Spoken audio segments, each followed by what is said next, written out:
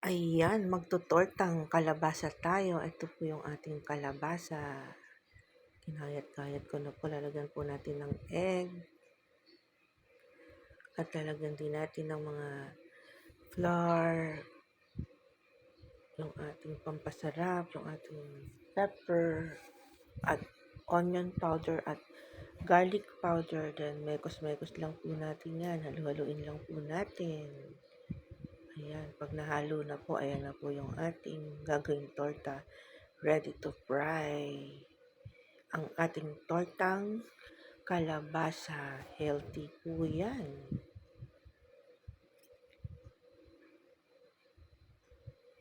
Yan, mekos-mekos lang po natin para ma-incorporate lahat ng ingredients.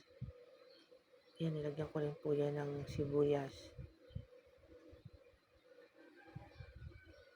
At ito na nga po yung ating nalutong tortang kalabasa. Ayan, sarap po yan. Thank you for watching.